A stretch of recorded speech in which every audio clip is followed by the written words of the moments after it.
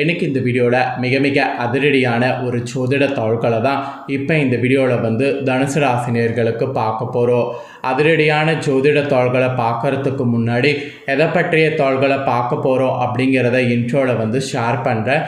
எதை பற்றிய தாள்கள் பார்க்க போகிறோம் அப்படிங்கிறத ஃபஸ்ட்டு இன்ட்ரோவில் வந்து தனுசு ராசிக்காரங்க தெரிஞ்சுக்குங்க. தற்போது 2025 ஆண்டில் தமிழ் மாதம் 6வது மாதமான புரட்டாசி மாதமானது நடந்துட்டுருக்கு. இந்த மாதம் ஒரு சாதாரண மாதம் கிடையாது. இந்த மாதத்தில் இறுதியில் பார்த்திங்கன்னு வச்சுக்கோங்களேன், கிரகங்களிடையே மாற்றங்களும் வக்ரங்களும் ஏற்படுது. இதனால் ஒவ்வொரு ராசிக்காரங்களுக்கும் தலையெழுத்து மாறும். அப்படி மாறக்கூடிய தலையெழுத்தை அந்தந்த ராசிக்காரங்க தெரிஞ்சு பலனடையணுங்கிறதுனால ஒவ்வொரு ராசிக்கும் என்ன தலையெழுத்து அப்படிங்கிறத ஷேர் பண்ண ஆரம்பிச்சிருக்கேன். அதில் தனுசு ராசிக்காரங்களுக்கு இந்த வீடியோவில் ஷேர் பண்ண போகிறேன். தனுசு ராசியில் பிறந்த நேயர்கள் அத்தனை பேரும் இந்த ஒரு வீடியோவை ஸ்கிப் பண்ணாமல் பாருங்கள். கடவுள்கிட்ட கோபப்பட்டு கத்துனாலும் நடக்க வேண்டியது என்னமோ நடந்தே தீரும். அதற்கு காரணம் என்னென்னா, கிரகநிலைகளில் ஏற்படக்கூடிய மாற்றமும் கிரகங்களுடைய வக்ரங்கள் தான். இதனால் உங்கள் ராசிக்கு புரட்டாசியுடைய கடைசியாக என்ன நடக்கும் அப்படிங்கிற விஷயங்களை ஷேர் பண்ணுறதை தெளிவாக இந்த வீடியோவில் தெரிஞ்சு இதற்கேற்ப நடந்து பயன்பெறுங்க. ஆக்சுவலி நம்ம லைஃப்பில் நடக்கக்கூடிய எல்லா நல்லது கெட்டதுகளுக்கு காரணமே நவக்கிரகங்கள் தான். நவக்கிரகங்களால் தான் நம்ம வாழ்க்கையில் எல்லாமே வந்து நடக்குது. நாம் நம்பினாலும் நம்பாட்டியும் அதுதான் உண்மை. கிரகங்கள் நமக்கு சாதகமாக இருந்தால் சாதகமான பலனும், கிரகங்கள் நமக்கு பாதகமாக இருந்தால் பாதகமான பலனும் கிடைக்கும். அதை நாம் தெரிஞ்சுக்கிட்டாவே பல ஆபத்துக்கள்லேருந்து நாம் தப்பிக்கலாம். ஸோ இப்போ கிரகங்களால் உங்கள் ராசிக்கு என்ன நடக்கும் அப்படிங்கிறத ஷேர் பண்ணுறேன். என்ன நடக்கும் அப்படிங்கிறத தெளிவாக இந்த வீடியோவில் வந்து தெரிஞ்சு அதற்கேற்ப நடந்து பயன்பெறுங்க. அதுக்கு முன்னாடி புரட்டாசி மாதத்தில் சுபகாரியங்கள் திருமணம்லாம் செய்யப்படாமல் இருக்கும். இதற்கு காரணம் என்னங்கிறது நிறைய பேருக்கு தெரியாமல் இருக்குது. புரட்டாசி மாதத்தில் எந்த காரியம் செய்யணும், எந்த சுபகாரியம் செய்யக்கூடாது அப்படிங்கிறத முதல்ல சொல்ல போகிறேன். ஸோ சுபகாரியம் செய்யப்படாமல் இருக்க காரணத்தையும் இந்த வீடியோவில் ஜோதிடர்கள் சொன்னதை சொல்ல போகிறேன். தெளிவாக இந்த வீடியோவை முதல்ல பாருங்கள். அதுக்கப்புறம் உங்களுக்கான பலனை இந்த வீடியோவில் வந்து தெரிஞ்சுக்குவீங்க. ஆக்சுவலி புரட்டாசி மாதத்தில் மேக்சிமம் பெரும்பாலும் சுபகாரிய நிகழ்ச்சிகள் எதுவுமே நடத்தப்படுவது இல்லை. இதற்கு பின் உள்ள காரணத்தை தான் இந்த வீடியோவில் வந்து சொல்ல போகிறேன். அதை தெரிந்து கொள்ள போகிறீங்க. பொதுவாக இறைவனுக்காக அர்ப்பணிக்கப்பட்ட மாதங்களில் புரட்டாசி மாதமும் ஒன்று. இந்த மாதத்தில் திருமணம் செய்கிறது, வீடு கட்ட ஆரம்பிக்கிறது, கிரகப்பிரவேசம் செய்கிறது, இதெல்லாம் எதுவுமே வந்து பண்ணக்கூடாது. மெயினாக பார்த்திங்கன்னு வச்சுக்கோங்களேன், வளைகாப்பு கூட வந்து மேக்சிமம் நடத்தக்கூடாது. இதில் நிறைய பேருக்கு வளைகாப்பு நடத்தலாமா நடத்தக்கூடாதாங்கிற டவுட் இருக்குது. அந்த டவுட்டுக்கு இந்த வீடியோவில் வந்து விட சொல்கிறேன். அதையும் வந்து தெரிஞ்சுக்குங்க. புரட்டாசியில் முக்கிய சுபகாரியங்கள் செய்யக்கூடாது. அதற்கு பல காரணங்கள் அறிவியல் ரீதியாகவும் இருப்பதாக சொல்லப்படுது. அதெல்லாம் என்னென்ன என்பதை தான் இந்த வீடியோவில் பார்க்க போகிறோம். ஆக்சுவலி ஜோதிடத்தின்படி சூரியன் கன்னி ராசியில் சஞ்சாரம் செய்யக்கூடிய ஒரு அற்புதமான மாதம்தான் இந்த புரட்டாசி மாதம். தமிழ் 6வதாக வரக்கூடிய இந்த புரட்டாசி மாதம் பெருமாளுக்குரிய மிக அற்புதமான மாதமாக பார்க்கப்படுது.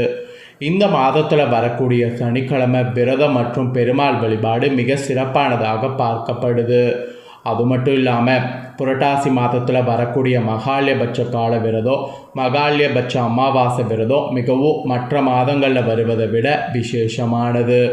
இந்த காலத்தில் முன்னோர்களுக்கு தர்ப்பணம் கொடுக்க உரிய நாட்கள் தான். ஸோ அதனால தான் பார்த்திங்கன்னு வச்சுக்கோங்களேன், இந்த மாதம் வந்து தெய்வ மாதம், முன்னோர்கள் மாதம் என்று சொல்லப்படுது. இந்த மாதத்தில் வரக்கூடிய நவராத்திரி பண்டிகை கூட அம்பாளை வேண்டி வழிபடக்கூடிய மிக கோலாகலமான பண்டிகைகளில் ஒன்றாகும். இப்படி பல இறை வழிபாடு விசேஷங்கள் வரக்கூடிய இறைவனுக்கு என அர்ப்பணிக்கப்பட்ட மாதம் புரட்டாசி என்பதால் இந்த மாதத்தில் திருமணம் உள்ளிட்ட செய்யப்படக்கூடாத காரியங்கள் இருக்குது என்பதை முன்னோர்கள் சொல்கிறாங்க. ஸோ முழுக்க முன்னோர்கள் இறை வழிபாட்டிலே இருக்கணுங்கிறதுனால தான் இந்த மாதத்தில் பார்த்திங்கன்னு வச்சுங்களேன், திருமணம் போன்ற காரியங்கள்லாம் செய்யக்கூடாதுன்னு வந்து சொல்லப்படுது. திருமணம் செய்ய ஆக்சுவலி உகந்த மாதம் சித்திரை, வைகாசி, ஆவணி, தை, பங்குனி இந்த மாதங்களில் மிகவும் உகந்தது என ஜோதிட சாஸ்திரங்களில் குறிப்பிடப்படுது. இந்த மாதங்களில் திருமணம் போன்ற சுபகாரியங்கள் செய்தால் மணமக்கள் மகிழ்ச்சியும் புத்திர பாக்கியத்தோடு வாழ்வார்கள் என்ற நம்பிக்கை இருக்குது. அதே போல் ஆடி புரட்டாசி மார்கழி ஆகிய மாதங்களில் திருமணம் போன்ற சுப காரியங்கள் மேக்சிமம் வந்து செய்யக்கூடாது. மீறி செய்தால் அது நல்லதல்ல.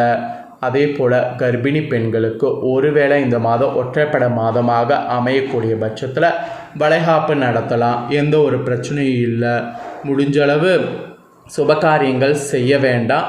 முடியாத பட்சத்தில் ஒற்றை மாதங்கிறதப்ப வளைகாப்பு வந்து தாராளமாக செய்யுங்க. பொதுவாக நம்ம நாட்காட்டியில் வாஸ்து நாள் என்று பார்த்திருப்போம். அதில் ஆனி புரட்டாசி மார்கழி பங்குனி ஆகிய 4 தமிழ் மாதங்களில் மட்டும் வாஸ்து நாள் குறிப்பிடப்பட்டு இருக்காது. அதனால தான் இந்த புரட்டாசியில் வீடு கட்டுறது, கிரகப்பிரவேசம் செய்கிறது, வாஸ்து பூஜை செய்கிறது இதெல்லாம் வேணான்னு சொல்லப்படுது. வாடகை வீடாக இருந்தாலும் வீடு குடி போகக்கூடாதுங்கிறது சொல்லப்படுவதற்கு காரணம் இதனால தான். வீடு கட்ட ஆல்ரெடி தொடங்கி பணி நடந்து கொண்டிருந்தால் அந்த பணியை இந்த மாதத்தில் மேற்கொள்ளுங்க. மற்றது எதையும் செய்ய வேண்டாம். ஸோ புரட்டாசி மாதம் இறை வழிபாட்டுக்கு, முன்னோர்கள் வழிபாட்டுக்கு மிகவும் உகந்தது. அதுலேயும் தை அமாவாசை, ஆடி அமாவாசை, புரட்டாசியில் வரக்கூடிய மகாலயபட்ச அமாவாசை இதெல்லாம் தான் வந்து ரொம்ப வழிபாடு செய்கிறதுக்கே மிக முக்கியமான நாள். அது மட்டும் இல்லாமல் புரட்டாசி மாதத்தில் வரக்கூடிய மகாலயபட்ச காலம் 15 நாட்களுமே விரதம்தான். மகாலய அமாவாசையும் விரதம்தான். இதுவே விசேஷம்தான். இந்த காலத்தில் முன்னோர்களுக்கு தர்ப்பணம் கொடுக்கறது மட்டும்தான் வந்து பண்ணணும். புரட்டாசி மாதத்தில் மகாலயபட்சம் முன்னோர்களுக்காகவே அனுசிக்கப்படுது. அதே போல் பெருமாளுக்கு விரதம் இருக்கக்கூடிய மாதமாகவும் நவராத்திரி பண்டிகைகளை கொண்டாடப்படக்கூடிய மாதமாகவும் இம்மாதம் பார்த்திங்கன்னு வச்சுக்கோங்களேன் அமைகிறது. அந்த காரணத்தினால தான் திருமண உள்ளிட்ட சுபகாரியங்கள் நடத்துவதை முன்னோர்கள் தவிர்த்து விட்டனர். ஆனால் புரட்டாசியில் வளைகாப்பு நடத்தலாம். வேறு எதுவும் பெரிய ஃபங்க்ஷன் நடத்தக்கூடாது.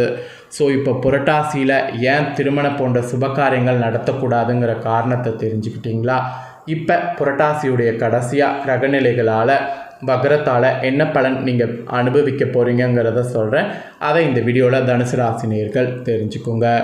புரட்டாசி மாதம் கடைசியாக கிரகநிலைகளை ஆராய்ந்து பார்க்கும் பொழுது உங்கள் ராசிநாதன் குரு பார்த்திங்கன்னு சின்ன சப்தமஸ்தானத்தில் சஞ்சரிக்கிறார். அவரோடு சந்திரனும் இணைந்து குரு சந்திர யோகம் உருவாகுது. இந்த விதத்தில் இந்த டைம் கடைசியாக தொட்ட காரியங்கள் வெற்றி பெறும். தோள் கொடுத்த உதவ நண்பர்கள் காத்திருப்பாங்க. வெற்றிக்குரிய தாள்கள் வீடு தேடி வரும். வீடு வாகனம் வாங்கக்கூடிய யோகம் உண்டாகும். குரு பார்க்க கோடி நன்மை என்பதால் கல்யாண முயற்சிகள் கைகூடும். கடமையில் இருந்த தொய்வுகள்லாம் வந்து அகலும். குடும்பத்திற்கு தேவையான விலை உயர்ந்த பொருட்களை வாங்கி மகிழ்வீங்க. பொது வாழ்வில் ஈடுபட்டிருக்கிறவங்களுக்கு கேட்காமலே சில நல்ல பொறுப்புகள் கிடைக்கும். கிடைச்ச பொறுப்புகளை கரெக்டாக முயற்சி பண்ணிங்கன்னா வெற்றியும் அடைய முடியும். இதில் துலாம் ராசியில் புதன் வரப்போகிறாரு. துலாம் ராசிக்கு புதன் செல்றதுனால உங்கள் ராசிக்கு 7, 10 ஆகிய இடங்களுக்கு அதிபதியானவர் புதன். அவர் லாபஸ்தானத்துக்கு வரக்கூடிய இந்த டைம் பொருளாதாரத்தில் நிறைவு ஏற்படும். புதிய தொழில் தொடங்குவதில் இன்ட்ரெஸ்ட்டு காட்டணும். வெளிநாடு செல்லக்கூடிய முயற்சியில் அனுகூலமானது கிடைக்கும். வழக்குகள்லாம் சாதகமாக முடியும். வளர்ச்சி பாதையில் அடியெடுத்து வைக்க நண்பர்கள் வழிகாட்டுவாங்க. இளைய சகோதரர்களிடம் இணக்கம் ஏற்படும். பிறருக்கு பொறுப்பு சொல்லி வாங்கி கொடுத்த தொகை வந்து சேரும். புனித பயணங்கள் உண்டு. பொது வாழ்வில் இருப்பவர்களுக்கு அதிகார அந்தஸ்து கிடைக்கும். நீங்கள் கேட்ட சலுகைகளை வழங்க மேலதிகாரிகள் முன் வருவாங்க. நிலையான வருமானத்திற்கு வழி பிறக்கும். அதுக்கான நேரம் தான் இந்த நேரம். ஸோ இந்த நேரம் வந்து கரெக்டாக யூஸ் பண்ணிக்கோங்க. நெக்ஸ்ட்டு சனி வக்ரங்கிறது ஒன்று நடக்க போகுது. இதனால் என்ன நடக்குங்கிறத சொல்கிறேன்னு தெரிஞ்சுக்கோங்க. கும்ப ராசியில் சஞ்சரிக்கக்கூடிய சனி இந்த புரட்டாசி கடைசியாக வக்ர இயக்கத்தில் இருப்பார். உங்கள் ராசிக்கு 2, 3 ஆகிய இடங்களுக்கு அதிபதியானவர் சனி பகவான். அவர் இப்போ வக்ரம் பெறுவது அவ்வளவா நல்லதல்ல. பொருளாதாரத்தில் தான் பற்றாக்குறை நிலவும்.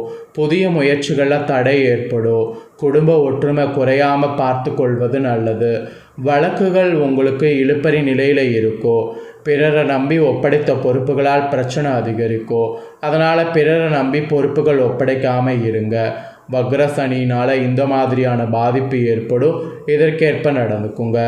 மொத்தத்தில் பொது வாழ்வில் இருக்கக்கூடியவங்களுக்கு பொறுப்புகளில் மாற்றம் ஏற்படும். வியாபாரம் மற்றும் தொழில் செய்பவர்களுக்கு லாபம் திருப்தி தரும். உத்தியோகத்தில் உள்ளவர்களுக்கு உயர் அதிகாரிகளுடைய ஆதரவால் நன்மை கிடைக்கும். மாணவ மாணவிகளுக்கு படிப்பில் முன்னேற்றம் உண்டு. பெண்களுக்கு இல்லம் தேடி நல்ல தாள்கள் வரும். எதையும் திட்டமிட்டு செய்திங்கன்னா வெற்றி காண முடியும். ஸோ இதுதான் உங்களுக்கு சொல்லப்பட்ட பலன்கள். ஸோ என்னங்கிறத தெளிவாக எக்ஸ்பிளைன் பண்ணதை நீங்கள் தெரிஞ்சிருப்பீங்க. தெரிஞ்சதுக்கேற்ப நடந்து பயன்பெறுங்க. நீங்கள் இதை பார்த்து பயன்பெறுவது போல் உங்கள் ஃப்ரெண்ட்ஸ் ஃபேமிலியில் இருக்கிறவங்களும் பார்த்து பயன்பெறணும்னு நினச்சிங்கன்னா வீடியோ லைக் பண்ணி ஷேர் பண்ணுங்கள். வீடியோவை உங்கள் ஃப்ரெண்ட்ஸ் ஃபேமிலியில் இருக்கக்கூடிய தனுசு ராசிக்காரங்களும் பார்த்து பயன்பெறட்டும். இதே போல் புதிய தகவல்களை தெரிந்து கொள்ள சேனலை சப்ஸ்கிரைப் பண்ணுங்கள், கூட பெல் பண்ண ப்ரெஸ் பண்ணுங்கள். வேறொரு இன்ட்ரெஸ்டான வீடியோவில் மீண்டும் உங்களை சந்திக்கிறேன். தேங்க்யூ.